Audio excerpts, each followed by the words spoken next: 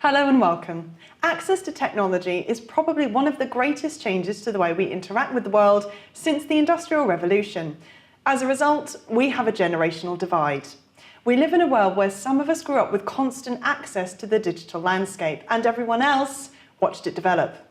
We call the current generation of children Generation Z, or sometimes digital natives, and we are in awe with the ease with which they manipulate the internet. However, the ability to do something does not impart the wisdom to make the right choice. We need to remember that censoring access has limited effect and instead concentrate on helping children make informed choices. There are many potential dangers, but commonly they revolve around child sexual exploitation and the internet predator, cyberbullying, the role of technology in sexualized behaviour, radicalisation and extremism. While instances of these happening are fortunately relatively uncommon, they do happen, and awareness of them needs to be part of your safeguarding role. The smart device culture of the modern world means that young people have access to the internet almost 24/7. This can be an amazing and useful tool, but we need to understand that it can also be a danger to a child.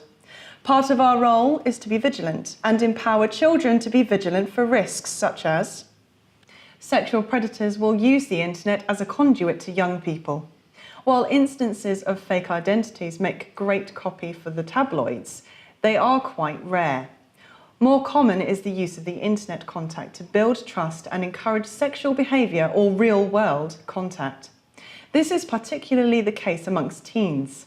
The grooming techniques of befriending the young person, offering gifts or blackmailing in return for fulfilling the desires of the predator are essentially the same as contact grooming. The internet is acting as a vehicle for delivery for the predator's grooming techniques. Cyberbullying, the repeated use of the internet to harass or intimidate, is a relatively common and difficult problem to deal with. The scale of the problem and the short and long-term effects have been the focus of many studies in recent years. Childline report that bullying is the main reason children contact them, and cyberbullying is thought to be rapidly overtaking physical bullying. Your bullying policy should therefore incorporate cyberbullying, and we must ensure children have a method through which they can report incidents. Sexting, sending sexual content as images, video or text, is mainly a result of the rise of the digital camera on smartphones. Almost half of young people are likely to have seen naked or semi-naked pictures of someone they know. However, while sending this content may be common, it is still illegal and is considered the taking and distribution of indecent images of an underage person. Even when on so-called temporary platforms such as Snapchat, an image is only a swipe of the hand away from becoming a permanent reminder that once on the internet, always on the internet. As well as understanding the act and the technologies involved, we need to understand the evasive behaviour it creates and recognise it when we see it in young people.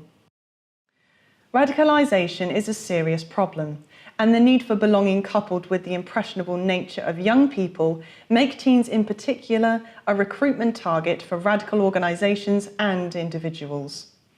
It is important to be vigilant here for behavioural changes that could indicate induction into extreme religious, political or hate groups. Your policy on radicalisation should also be wide-ranging and take into account that extremism is far-reaching in scope. In some areas of the UK, the reporting of right-wing race-related extremism exceeds the far more press-friendly religious extremism.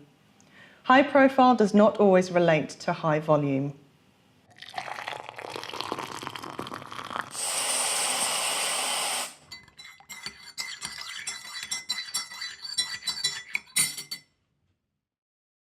Good training courses will go into more depth and give you examples of where these hazards have been encountered and the dire consequences that can result.